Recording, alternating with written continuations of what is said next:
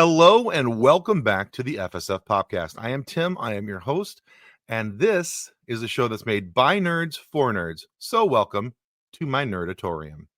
Very glad to have you here today. Our guest is a singer. She's an actress. She's a voice actress, and you may know her a lot from her video game, her animation work. You may best know her as Impa from Legend of Zelda, both in Tears of the Kingdom and Breath of the Wild. And there's a bunch of other characters and things that she has done, that she has voiced, and it's all pretty cool. I'm very excited to welcome Andi Gibson to the FSF Podcast. Welcome to the show, Andi. Hi. Yeah. I stumbled across your Facebook profile, and I saw some of the things that your name was associated with, and I was like, "Ooh, she would be fun to talk to." And then I went out and found your other social media, on I think it was on Instagram, and I was like, she would be fun to talk. And then I found your website, and so yeah. So the way that we always start this show, though, Andi, is we always talk to people about because we're nerds, and nerds love a good origin story. So you being the hero of our story today, we want to know the origin story of our hero. So, Andi Gibson, how did you get here? What got you started in the acting and entertainment business? Well, it's a funny story, Tim. I was actually born into a show family. My mom did the San Francisco cast of Hair, the musical, straight out of high school in 1969. And continued on to do musical theater, which is, I believe, where she met my dad. They did Jesus Christ Superstar, another musical, together. And I think that's how they met. And then things transpired. They got married. I became evident while she was on tour singing background for Bob Dylan. Oh, no kidding. Yeah. So she wasn't having much sickness and, traveling around and didn't think much about it. And it was the Budokan album tour. So they were doing Japan, Australia, and New Zealand.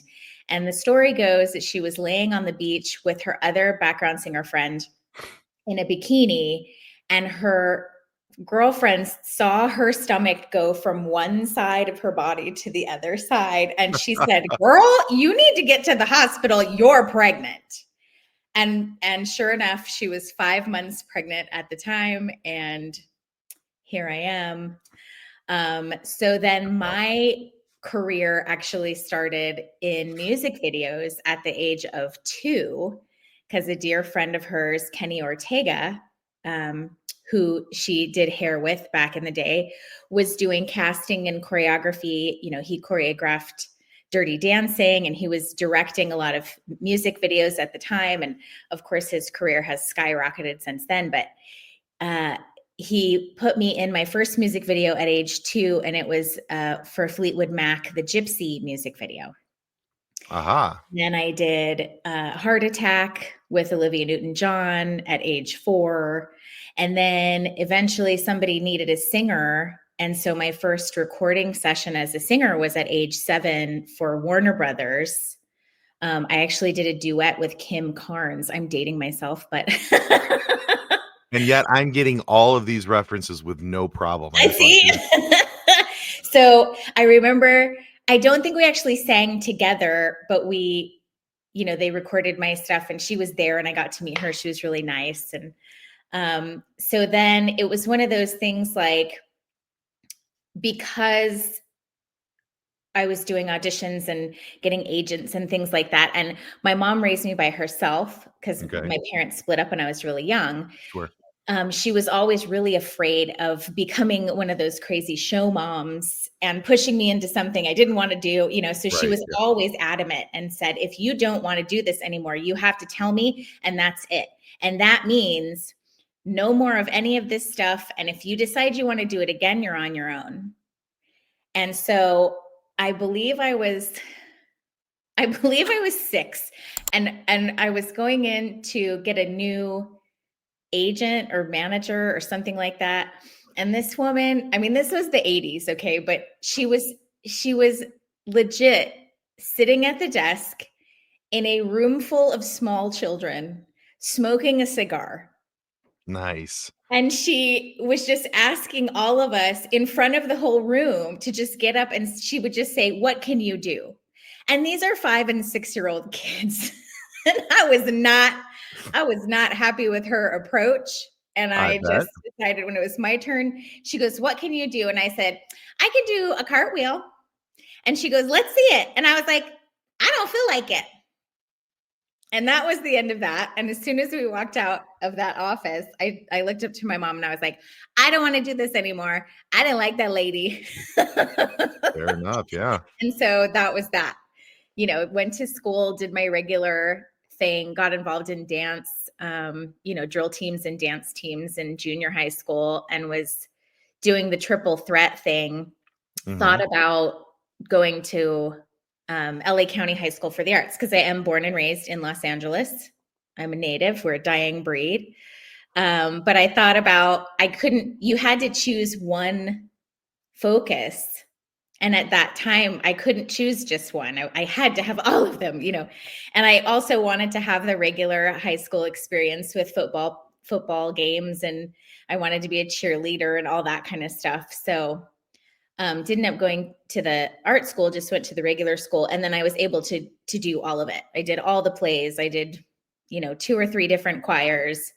I was on the drill team, became the captain at some point, and then moved on to be a cheerleader and did the whole high school thing, did it all. Okay. And then in college, went up to San Francisco, got headshots again, and was like, okay, because I went to San Francisco State to be a theater performance major, and, was auditioning and doing stuff. Finally found my belt in college, which I had no idea what to do with it. I have a very powerful belt. And so I would go into the rehearsal rooms so that I could just blow the roof off and figure out how to harness this puppy. And people would walk by and be like, "Who is that? What is going on in there?" And I was like, "Hi, sorry. Hi, it's very loud. Sorry." Don't mind me just making some noises. Yeah. So, yeah. And then ended up leaving college because I realized I was on the 5 or 6 year plan, and came back to LA to shop a record deal with my godfather, who used to write for Motown, and his writing partner. So we immediately got into the studio and cut a demo and all kinds of stuff. And that didn't end up happening, but it was a lot of fun. Sure. And then all the other things, but that's where I started. See, I'll babble, Tim. I'll just keep on going. This is great for me. You're like a point and shoot camera. This is fantastic. I just throw the question out there, and you're like, and go. Here we go. Yes. No, that's a really cool story, actually. And actually, the way you explained it actually answered the question I was going to ask next, because I was doing some digital stalking, or as I like to call it, research. I was doing some research. That's what the lawyers have told me that I'm supposed to call it. But I was looking on your socials and on your website, and you had those videos on there of Fleetwood Mac and Olivia Newton-John. I think the other one was the Tubes. Yeah. And I saw those, and I was like, that's just a little cameo in that one, but it was such a fun video to shoot. Yeah. And I was looking at those, and maybe I missed it on the website, but I was like, what do these have to do with Andi? And that makes way more sense now. I was like, maybe she just really likes these songs. Maybe these are her jams, Well, now I don't even know if I still have them on there, but if I do, thank you. I will clarify why they're there. Yeah, that was as of this afternoon, actually. I saw those on there this afternoon, and I had missed those on my previous trips to your website. And I saw those, and I think it was on the improv and music video tab, and I scrolled down and I was looking at everything, and I was like, okay, maybe she's just a fan. Maybe she really digs the Fleetwood Mac and Olivia Newton-John and the Tubes. Maybe that's what's happening here. Because I was going to ask you how you were involved with those, but you already did tell me. I've met too many people over the years that when they discover that, they flip out, especially Fleetwood Mac fans, Stevie Nicks fans, or Oh, sure. Olivia Newton-John fans. And so they're like, "What?" And I was like, "Yeah, I was a little teeny baby." But the one with Olivia Newton-John is so cool because it was just the two of us in the entire video. And then they did, really funny little 80s effects and whatnot. There's a section somewhere where I scratched my eye on camera and I came off, and my mom was like, "You scratched your eye." And I was like, What? I did? I was 4. And they kept it in and put a funny little 1980s Nice. animation thing there. Nice. That's funny. Yeah, it's a pretty cool story though. To know that you were on tour with Bob Dylan, even, you Right. didn't know it, but you were. I mean, there's not many people that can really say that, right? I mean, in any way, shape, or form. So I started my life on tour with Bob Dylan. How about you? How did you start yours? Right. I think it was years ago. I was in an on-camera commercial class, and they always ask you in on-camera auditions, like, "Tell us something interesting about yourself." And I was like, "Well, this is something, I think our teacher was like, it should be something that nobody else can claim, so that you stand out." And I was like, "Well," and she goes, "Oh my God." She's like, "You have to open with that all the time." And I'm Well, like, yeah. "Okay."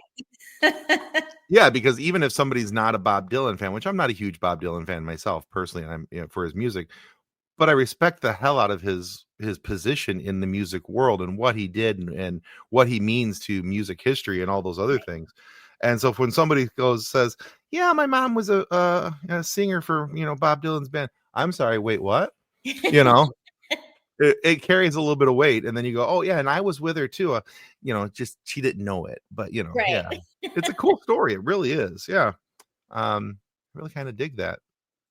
All right, Well, all right. thanks. So yeah. All right. So Andy, like I said, researched you on your socials and your website, and I noticed that you have several pictures of your dogs and your cats, and we are a very pet friendly podcast. So we are, and I say we because if Kathleen was able to be here tonight, that's one of the things that she would want to know as well.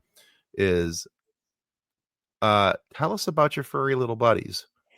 Okay, well, I'm actually pet sitting right now, so I wouldn't be able to pull anybody up, which normally somebody's available for me to show Sure. on camera. But I have a family of 4, 2 cats and 2 dogs. So Nice. we have, let's start at the top. We have Hendrix is our terrier pup, and he is 9. We have, who's next? Amina is our little African princess, my little black kitty, and she Hmm. just turned 8. Okay. And then we have baby Dean, who is our ginger tabby, and he is 4. And then we have Charlie, the Maltipoo Pomchi, and he is 3. Is he the little white guy? He's the little white guy. He's Yeah, a he super is fluff and puff. adorable. We call him Cottonhead and Ninny Muggins because God, he I love just, that. yeah. And the Pomeranian is strong because that fur, we could easily get him cut every 3 weeks because he just starts, I like to say, like, the fur starts getting bigger and all of his facial features just start to shrink. And we're like, "Oh, poor thing, he can't even see," because it just kind of grows up in front of his eyes and stuff. So he's about ready for another trim right now. Nice. Nice. Yeah, we have 2 dogs and a cat right now. We had 2 cats, but unfortunately one of them has passed. But Oh, I'm um, sorry. that was Vader. He was a good boy. He was a all black cat with a white box on his chest, and he was a bit of a butthead. So the name kind of fit. Right. Um, and then we have another cat. His name is Seven. Seven is polydactyl. So Oh, cute. he has 7 toe beans and Right. 8 claws on his front paws. So Oh, he's got amazing. like one like janky claw like right here in the middle of the like the Yes, I've webbing seen area. that. Yeah. And it looks like he's running with mittens because I call them hands. They're not paws. They're hands on the front. Like he's like one omnipresent afternoon from taking over the world. I just, where he's just like he realizes what these things can do and he's going to be able to take over the world. But it looks like he's running with mittens on. Right. He's the murderous thing I've ever had too. How old is he? He is 5. Okay. But we live out in the country, so he's an indoor-outdoor kitty. Oh yeah. And so every morning he brings a gift to the back door to let us know that we're cared for. Yep, I had one of those. Yeah. So side quest story here. So one of the fun things about him is like back during the year that wasn't 2020, right. Right after things started loosening up and people could get back together and do things and all of that, we had a friend of ours who was having a baby shower, and she already had 2 girls. This was for her youngest one. And 7 decided, we only had like 10 people at our house. They were all on the back on our deck. Everybody was kind of, keeping their distance just in case. And 7 decided to leap down in the middle of them, like this was a dance circle, and he was the star of the show, with a blue jay in his mouth, and he ripped the head off in front of the other girls. And they're like, mommy, is he killing the bird? And we're like, no, he's just wrestling. He's wrestling with the bird. And then he ripped the head off, and I was like, no, he's killing it. He definitely killed the bird. So, oh God. So I was like, after we got done with that, I'm like, I am so sorry for the education your daughters have received. Oh today. Gosh. That was an unforeseen occurrence. We did not plan on this. Yeah. But yeah, he's our little murder bot. He's absolutely a big old lover and teddy bear, and he wants to be loved on. And the second you touch him, that little purr box motor just goes into overdrive. Yeah. And yeah, but then he's like, you can be in the middle of petting him and he'll watch something go by the window and he's like, okay, I'm done. I got to go kill something now. Right. What breed is he? He's a cloud. Oh, they're like the big fluffy, like muted. He's white and gray. Oh, okay. And just really long hair. He's a long-haired cat. He's very fluffy. Kathleen calls him a cloud, so that's what I'm going with. Okay. So, his breed would be showed up at my back door, didn't want to leave. Right. And so the cat distribution system dropped him off and we just accepted him. Yes. So, hanger on. Yeah, exactly. And then we have 2 dogs. We have a pit bull. Her name is Mia. Quite possibly the dumbest animal I've ever met in my life. It's a damn good thing she's as adorable as she is, because she's as sweet as can be. She really is. But she has 3 brain cells and 2 are off looking for the 3rd. So, and then we have a little corgi, and our corgi's name is Toast. Cute. Because her butt looks like a loaf of bread. Yeah, and they do very much look like loaves of bread. Yeah, she's our little princess. Both her and Mia are 6 years old. We got them about the same time, not too much farther apart from each other. Maybe 6 months difference between the 2 of them. But they're both about between 6 and 7 years old, I believe. I'd have to go back and actually do the math. Right. But yeah, they're do that. No, skip the math. Yeah, math sucks. Why do that to yourself? But anyway, that's our version of the fur family over here. Yes, Kathleen's got a whole mess as well. But so yeah, like I said, we're very fur friendly, and so whenever we see pictures of people's pets, we're always like, ooh, because I'm the guy who in public. If you have your dog, I'm totally going to be the guy that walks up to you and goes, "Can I pet your dog?" Yeah. Can I pet that dog? That's me. Yeah, I do. I've done pet care and dog walking for many years now too. That's kind of a little side hustle that gets me out of the house, gets me some exercise, gets me out of the booth. And so this gal, she's gone. I was falling asleep as I was sitting in the waiting room because this dog that I'm walking now, she's a half Malamute, half Husky. Oh and boy. really athletic. And they live up in the hills. Like their house is basically in the middle of a street that looks like this. So no matter there's no chill walk. Everything, every time you take her to walk, it's a hike, regardless of Well, which yeah, you're going direction uphill you or go downhill no in. matter what. Yeah, so I did. So I already did one this morning, and usually, when I stay here, I'm pretty sore by the time I get back home after several days of multiple walks But I'm like, well, this is why I did this. I wanted to get more exercise. But she's a sweetheart. She's also a cloud. She's super puffy, and you're Okay, like, oh cool. wait, her body's just in here. You're right. Yeah. Yeah, we joke around with Toast that because at one time we have all hardwood floors throughout our house because it just didn't make any sense anymore um to have carpeted floors because of how much Toast sheds. Yeah, Corgis are double coated. We didn't know that till we got one.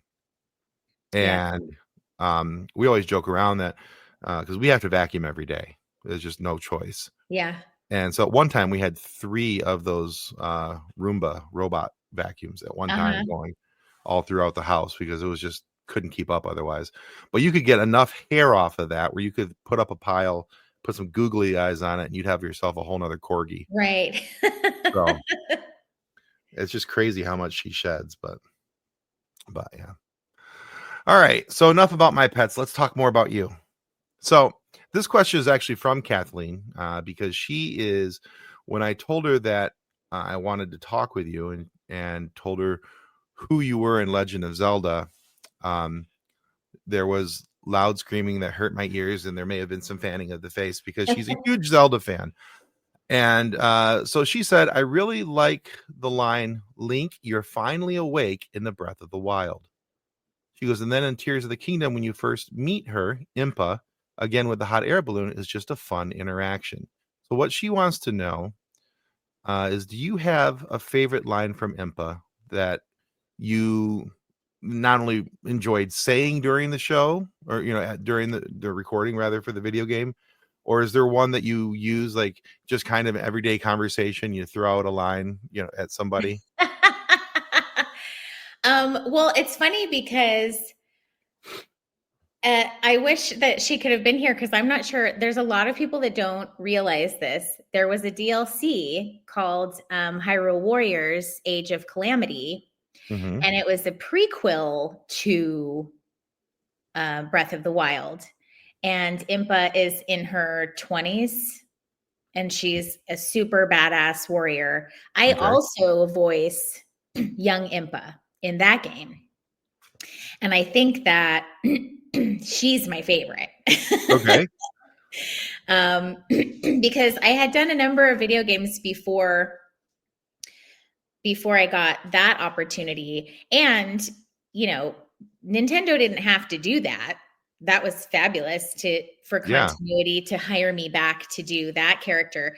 But she's the only character out of all my video game characters so far that sounds the most like my normal speaking voice, which was cool. And I've never had a character where you can play and fight and do really cool tricks and be as my character. So that was really exciting for me in my video game career journey. And so I think my favorite line is from her, where she says, "Steel yourself, I am ready." And then she does this cool, like, I can't do it, but I know there's fans that have learned it. But it's Nice. very much like, it flashes me back to my old drill team days because it's very much like that. She has her whole little thing that she does. But that's like, I think it's one of her combat lines. So you can get her to say that a lot before she does her thing. Nice. Okay. I can see that as something that would be used, I see if that was me in talking with my own wife, I'd be like, she, because my wife and I, we've been married for 27 years. One of our joys is giving each other a fun ration of crap. We pick on each other pretty religiously. And so I could see myself, or actually could see her look at me going, "Steel yourself. Yes. I am ready." Yeah, I could totally see her doing that. And even trying to do The Moves. That would be fun too. Yes, yes, Um, it's a good one. yeah. So now you have a background as a singer. You have, um, you have show in your family, and I noticed that for yourself, you have a lot of you've done a lot of musicals and things along those lines. Is there a musical or a show out there uh, that you really wish people would know a little bit more about? Maybe like, maybe there's a musical that you did that just didn't find the right audience, maybe, or but it's so very cool, and you're like, I wish more people got to see this thing. It doesn't have to Okay. be a musical; it could be anything that you've done. Is there Well, something where you wish people had gotten to see more of that thing? okay. There was I don't do theme park so much anymore. I probably did theme park work here and in Japan, all total maybe 7 or 8 years at Okay, different parks, Disney and Universal. And there was this fabulous little show called Minnie's Fly Girls at California Adventure. love it already. And the music was fantastic. It was a darling little concept. Minnie Mouse had herself her own all-female charter airline, and she was the pilot, and we were dressed as her stewardesses in very Pan Am style in our little Okay, outfits. And it was just a darling little show. Minnie was in the show. She did a number with us, and it was an animatronic head. So her eyes blinked and her mouth moved, and she went along with the music, and she did choreography and everything. And it was just so cute. And it only lasted, I want to say, maybe 2 years, which in the grand scheme of theme park, they like to get stuff that sticks and they can use forever and ever and ever. And they ended up canceling it, and there's nothing there now. But I think what happened was we just didn't have a very good location for where they put our little stage. It was kind of a walkway area. There wasn't any shade, so when it got really hot and people would just move on, right in the middle of the show, even though the show wasn't very long, maybe 25 minutes. But it was, we were singing tight harmonies, swing medleys, and fabulous renditions of Disney songs. And it was just absolutely darling. And, that's cool. every time anybody mentions it, like if we're on social media or whatever, anyone in the show or somebody's like, oh, I missed this, and they post a picture, everyone who was involved in it is like, oh, I missed that show. I missed those people. It was such a good little show. So. All right. Uh, at risk of dating myself here, when you said Fly Girls, my brain immediately went to the 90s and Jennifer Lopez in Living Color. And I was like, Yep. you're like, I was one of Minnie's Fly Girls. I was like, oh, okay. I didn't know that was a thing, but all right. Fantastic. Yes. And maybe, it's Disney, so they get to do whatever they want, but maybe Right. Yeah. that was because that was long ago. They're like, oh, we'll just do this and it'll be cute little wink. Oh, that's fantastic. Okay. Very cool. All right, Andy, it's time for suggestions. And I started putting this question in because now the origin question in the beginning is because I like to know why people do what they do, why they're in their chosen profession, why they're a writer, an actor, a singer, whatever it may be.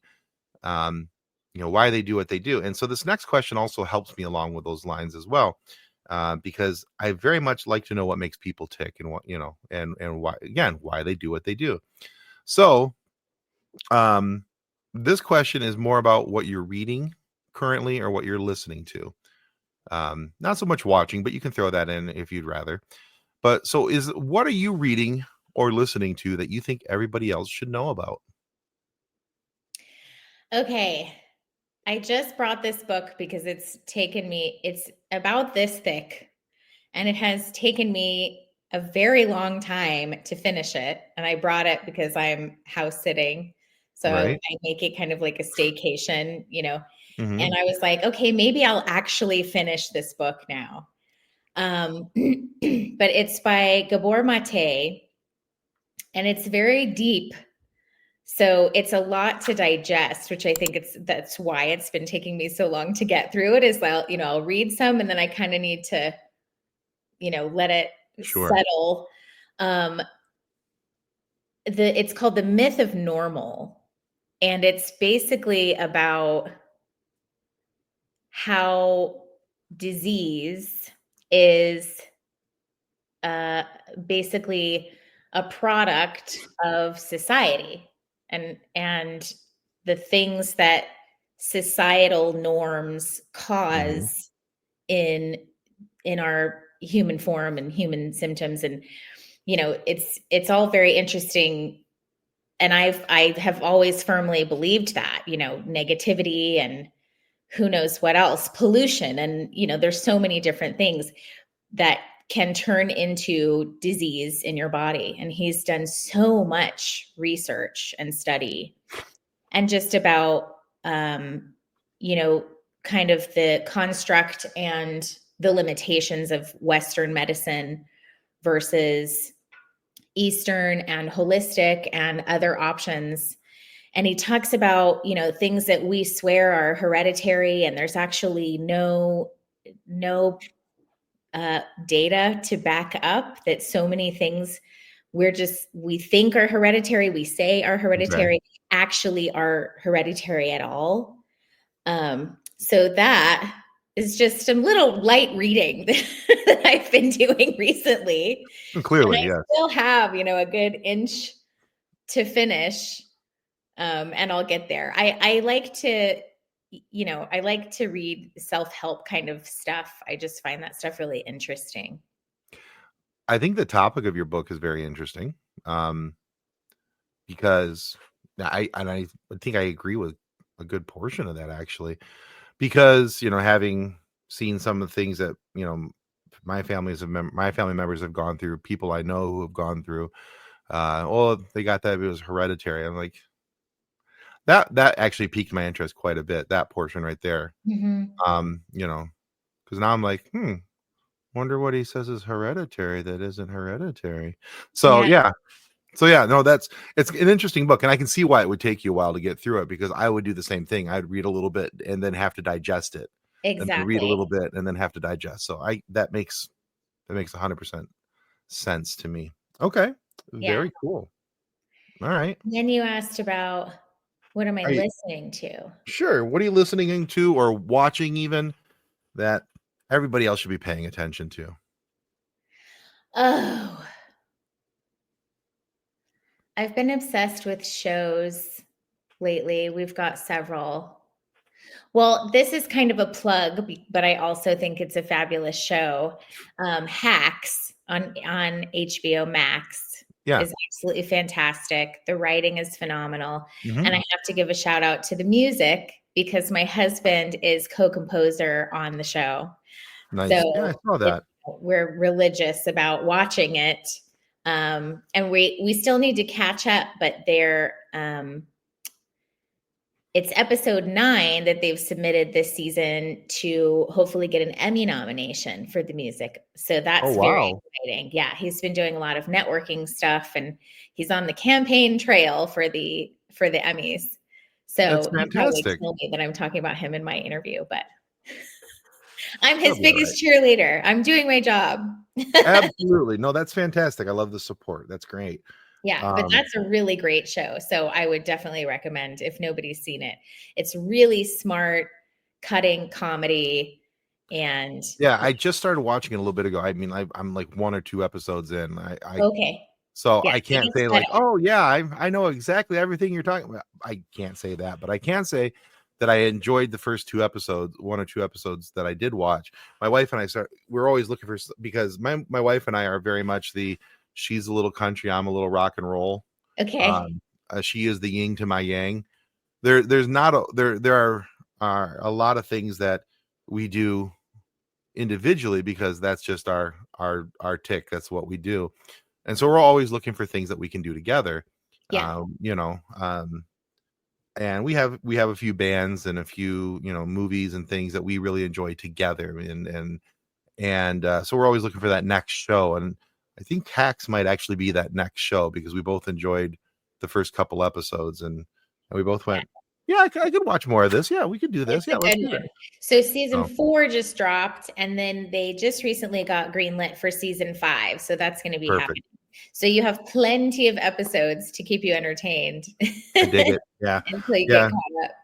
We didn't have an HBO Max account for a while, and so now we got one back, and we're like, oh, okay, we'll start I watching some think we things. let ours lapse too when we were caught up, and then we redid it for when this new season came out. And then Right? we're Yeah. watching. We just got fully caught up on The Last of Us, which Okay. we're talking about video games. That was absolutely incredible. And as far as I'm concerned, Pedro Pascal can do no wrong. I love him so much. Space And he's Daddy. also been coming out and really supporting the trans community. Yes, he has. And, he's just, I love him. So Well, brave. And I so, believe his sister is trans as well. So oh, I didn't know that. Yeah. yeah, But, I believe it's his sister. Don't quote me on that, but there's a very close family member to him that is trans. okay. And so so he supports them implicitly. Yeah. Well, and Bella Ramsey just came out as non-binary, I believe. Okay. So it's also in support of her. And, they've got great storylines in the show as well. Yeah. So I think that's fabulous for him to come out as such a public ally. And even, people are giving him hate, like, oh, I used to be such a big fan. And he's like, bye. Yeah. Like, good for him. It's no sweat off his back. Exactly. And they're the ones losing. So whatever. Exactly. He's, but he's an incredible actor. And so is Bella Ramsey. Oh my God. Yeah. From Game of Thrones when she was like 9 or something. Right. Yeah. Just a little bad. I was almost going to say a bad word, but ASS. Well, you would have been okay because how we were PG, because I do kind of have a mouth like a sailor sometimes. PG-13, you were okay. Okay. I spelled it. like we used to do in daycare. Be like, oh, spell things if you don't want the kids to figure it out. Right. Yeah. Spell it out. And that only works for father to 3. That only works until they start going to school and they start putting things together. And like, I remember I said, it wasn't a swear word, but I think I was spelling ice cream in front of the kids. And my youngest is like, I know what that means. Dad's getting ice cream. And I was like, that's now a social contract. We're just, like, that has to happen. Can't do that now. Can't do the spelling anymore. No. You got to learn sign language. She ruined that for me. That was ruined too. My mother-in-law, not my mother-in-law, but my mother rather, has done sign translation for years. Oh, amazing. Yeah. And so when all my kids were little, I mean, my youngest is 18 now. But when my kids were little, she taught them all basic signs. So, book and bath and eat, more and all these different things. And so it was actually quite helpful when they couldn't verbalize it, but they could make the sign because they understood what the sign meant. Yeah, I worked in daycare for many years, and we used that on a regular basis. And then there was one case I remember, this little boy he glommed on to the sign language and then never started speaking and just learned more and more sign language. And so then they were concerned that his speech was delayed. But I think eventually he did start, but it was just much later, maybe 4 years old or something like that. See, that would be my son, Nolan, my middle child, but he had an older brother who did all the talking for him. And he would just point and grunt, and then Parker would interpret what the point and grunt was. And they were like, Nolan, is that what you want? Uh-huh. And then everything was fine. So, all right, Andi, it's time for the silly question. Okay. It's really not that silly, but we just like to call it a silly question. So Kathleen and her daughter were out and about, and somebody asked her daughter this question, but not her. And she was like, well, that's rude. You should never age out of this question. Okay. So, Andi Gibson, what's your favorite dinosaur? Oh. So I always loved Stegosaurus and Triceratops. Yes. But I think Triceratops is going to have to win just because The horn situation is just too cool. You know, he can skewer and barbecue. He can do Uh-huh. all kinds of things. Yeah. So yeah, Triceratops. That's also my favorite. So very good choice. Yeah, they Very, kind of very look good. like a rhino. Like, you know what I mean? Like rhinos are obviously cousin to Triceratops. You may have just like catapulted yourself to one of my favorite interviews right there. Just with that statement. Yeah, I love seeing that kind of stuff. Like when you hear about, that all birds are derived from reptiles, and that's what the feather used to be Right. Yeah. scales. And I used to have a pet cockatiel, and I remember anytime I looked closely at his eyes and his feet, and it really is neat to because you can see it, you Mm-hmm. Yeah, just watch some chickens for a little bit. You'll see it. So all right, Andy, thank you so much for being on the show today. Where can our listeners go to find out more about you, your work, and anything you have coming up? Okay, well, I worked very hard on my website. I'm constantly updating it with new things that come out. So that's andigibson.com. That's an easy one. And I also have autographs and stuff on there for fans, um, you know, that you can order right from the website if you're interested. Impa stuff, and then old headshots, because I don't know why somebody told me I should do that. And then I'm on Instagram as I have to look because I was not smart enough to put two and two together and make all of my social media handles the same name. That would have been really smart, but I decided to get creative and change them. And so I think my Instagram is gibson.andy. And Yes. I'm just recently back on TikTok. When TikTok went away, I deleted it. And then it Sure. came back in like 2 days. And so I'm trying to rebuild my TikTok. So I would so love for you guys to follow me on that. And that is Andi Gibson 00. Okay. I'm not on the tweets anymore. Same. And social media I keep just for personal. So if we haven't met in human form, I don't accept friend requests on my Facebook. Yeah, that's fair. You know, I like to meet people in person, but so I use my Instagram and my TikTok for that. Perfect. And I'm, Okay. whenever I have something new, I try and share it and keep it up to date. And Okay. it's part of the gig, man. Absolutely. Well, we will make sure that those links for TikTok and Instagram get put in down below so people can follow you. Oh, right. They can check out your website as well. We'll put all down in there for people to be able to follow you and see what you're doing. She's got a cool website, guys. Go check it out. I spent a considerable amount of time there. So, Thank you. but yeah. So, guys, hey, if you haven't already, now is the perfect time to remind you that following our show on YouTube is absolutely free. And it's the most important thing you can do to ensure that we get more amazing guests like Andi Gibson here today to come have these conversations and give you guys some silly moments to listen to. So please consider following our show. It helps us way more than we'll ever be able to tell you. And go check out Andi's work as well, because she's got some cool stuff out there. She's a hell of a singer, by the way. We really didn't talk much about her singing, but she's got pipes. You might want to check that out. Thank you. Anyway, but yeah, so I've got a show coming up actually at the end of June okay. for our Los Angelinos.